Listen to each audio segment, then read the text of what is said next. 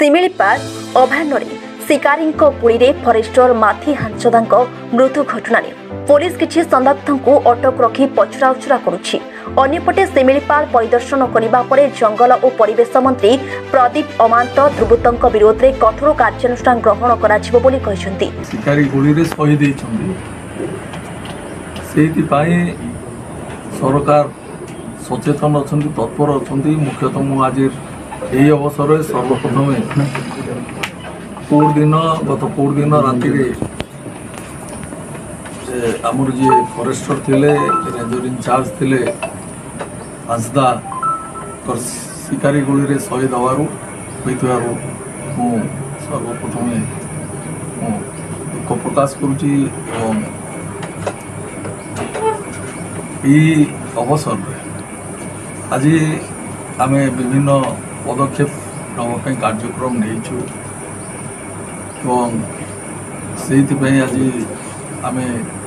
विभागर विभिन्न वर्गर कर्मचारी मान सहित आलोचना करूँ। से स्वर्गत फरेस्टर माथी हांसदा परिवार को आर्थिक सहायता प्रदान कर आगामी दिन में वन विभाग कर्मचारी मानक अधिक प्रशिक्षण दिया लाइफ जैकेट प्रदान कर शहीद होती भविष्य कि भाव में रोक लगा जाए पार से आम विभिन्न कार्यक्रम नहीं आमर फॉरेस्टर फॉरेस्ट गार्ड एवं समस्त को आम ट्रेनिंग दबू आर्म एमुनेशन कि चल पारे ट्रेनिंग दबार आम व्यवस्था करूँ। विशेष भाव में लाइफ जैकेट दबार आम व्यवस्था करूँ एवं विशेष भाव में आमर ड्रोन माध्यम कि जो शिकारी माने अबाध प्रवेश कर जंगल भर आइडेंटिफाई करने